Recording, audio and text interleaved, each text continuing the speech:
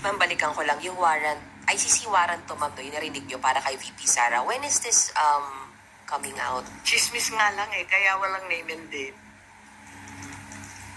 Ma'am, yung ano po yung further findings nyo, kasi yung approval po ng committee members. Yes, hindi to committee report hindi ako kukunwari na committee report to. We are not in session, we're in recess. So, wala pa talagang committee report na masasabi. Kaya lang, sa daming nagtatanong, sa marami na nagsubaybay sa oras-oras na hearing, pakiramdam ko, obligado ako magsaad ng findings along the way. Kasi nga hindi matapos-tapos at hinahadlangan ng todo-todo.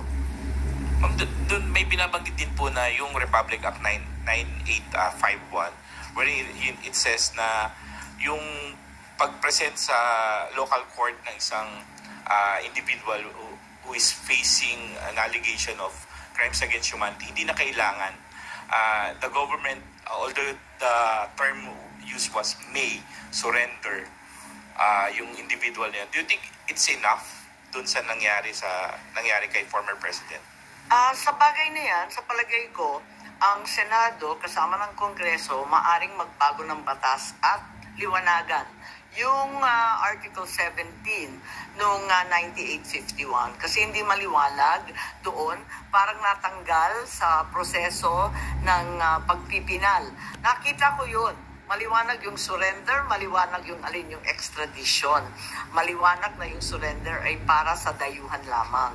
Pero, dun sa final version mukhang na-edit, kaya maari natin tignan yan dahil ang purpose ng investigation sa Senado ay talagang in aid of legislation. Isa na yun na kinakailangan tignan. Isa pa yung extradition law na inakda ng tatay ko. Ang tagal-tagal na nun.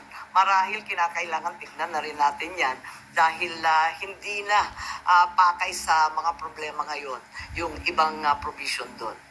Since it's not yet amended yung binanggit niyo po na Section 17, that's still existing. Hindi po ba enough yan to justify what happened during yung March 11 arrest? Kapag hindi maliwanag ang isang bagay, binabalikan yung debate sa Senado, yung transcript at saka yung contextual analysis ng mga pahayag ng ipinasa, rinipaso yan.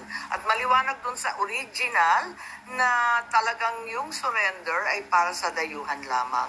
Kung bakit na iwaglit at naiwan yun at may nilagay na mga pag-aamyenda sina Senator Subiri, sina Senator Gordon nung panahon na yon, hindi ko alam kung nakalimutan lamang o sa pagmamadali hindi na isaayos pang maigi. Pero yan naman ang trabaho talaga ng mambabatas. Tignan at isaayos, iklaro ang mga hindi masyadong maliwanag.